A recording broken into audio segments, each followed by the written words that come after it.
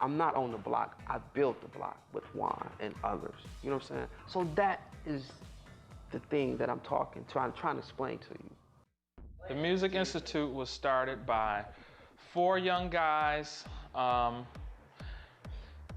with just a heavy-duty background in partying and house music. Myself, Alton Miller, Anthony Pearson, and my brother-in-law, Frank Moore. They would rent out space in these buildings. And it was in the inner city, downtown. There was a lot of black people going to this Music Institute, which was where Derek, Kevin, and those guys used to spend. Most clubs at that time in Detroit was either punk, top 40, or alternative type things, you know, and then here comes the Institute, which was new, it was different. But it was electronic music.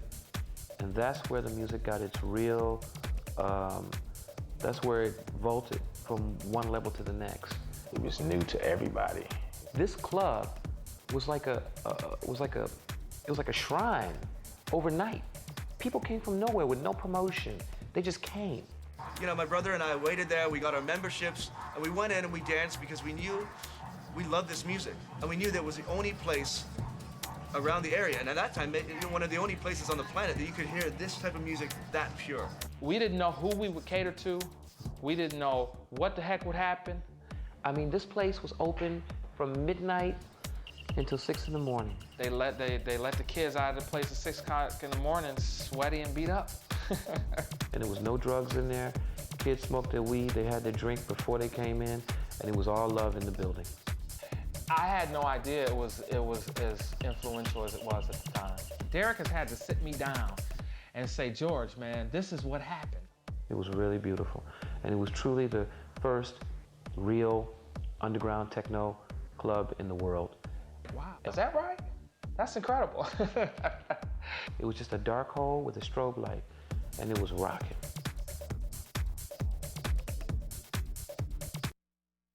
I think one of the things that probably also had a big impact on how we got here is electrifying Mojo. There was a guy named Mojo. I only get a minute. So with this minute, I hope I can try to get as much as I can in. Mojo was more than an inspiration.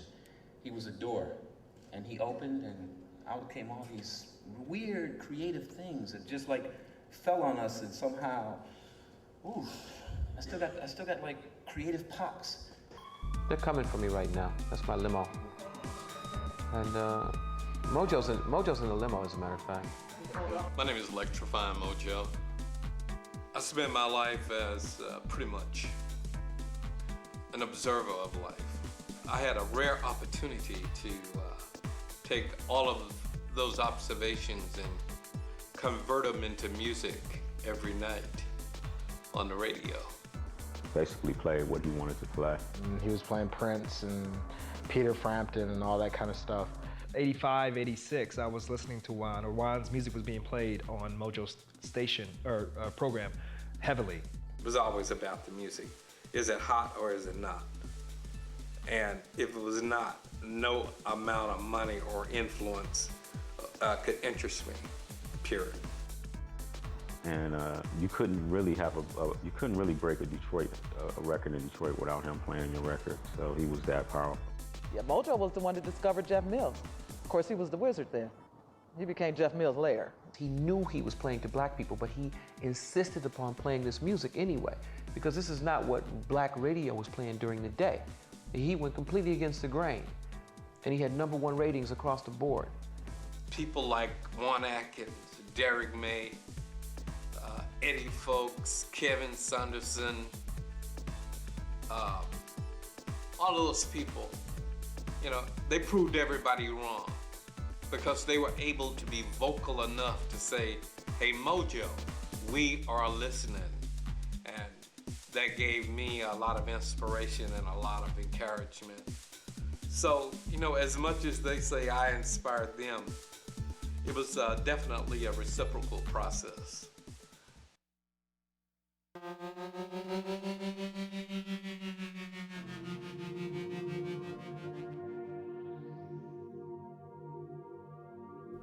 Neil Rushton, that he would eventually be our manager, myself, Kevin, and Juan. And he said, I would love to have you come over here and talk to you more about your music and see if we could develop a relationship and try to help you get a record deal. I was floored. As far as I'm concerned, he was one of the first outsiders that actually came into the circle and was interested in the music and actually had a business direction for it. You know, because actually, New Photo was the record that Neil Rustin came over here and picked up. That was the first record he actually heard, which was Derek's record.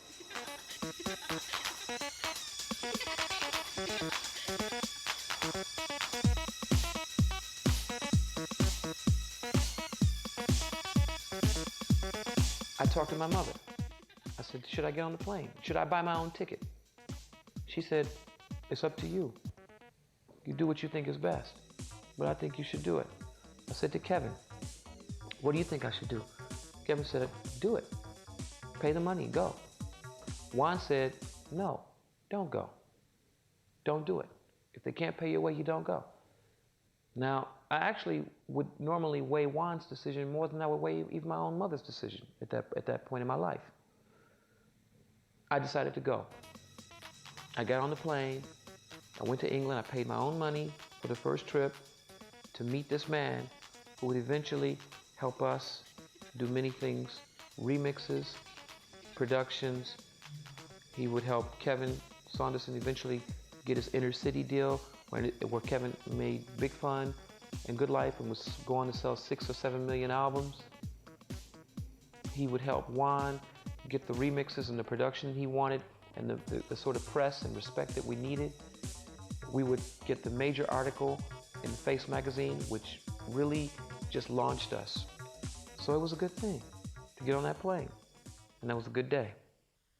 You know, when you getting into the music business, you're gonna get screwed over early on until you know. Until you know, you don't know. It's like Neil kind of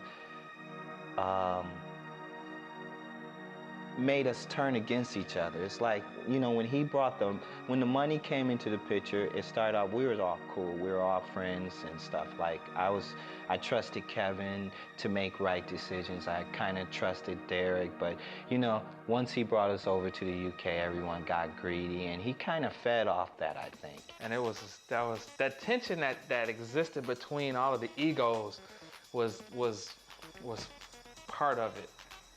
Not necessarily a fun part of it, but it was a part of it. And those guys went at it on a constant basis. Backbiting, backstabbing, shit talking. Who could spin, who couldn't spin, who cleared the floor, who didn't clear the floor, who knew the true, masters, what their interpretation of the music was, what was his interpretation of the music. Did he have a clue? Did he have a clue? I think, a lot of entities was like splitting us up and we didn't know how big this music was blowing up over in Europe. Derek knew, Derek was the first one to go over there, so he knew. So, it was more like, trying to put how can I say it? Trying to control some shit he didn't know how to control.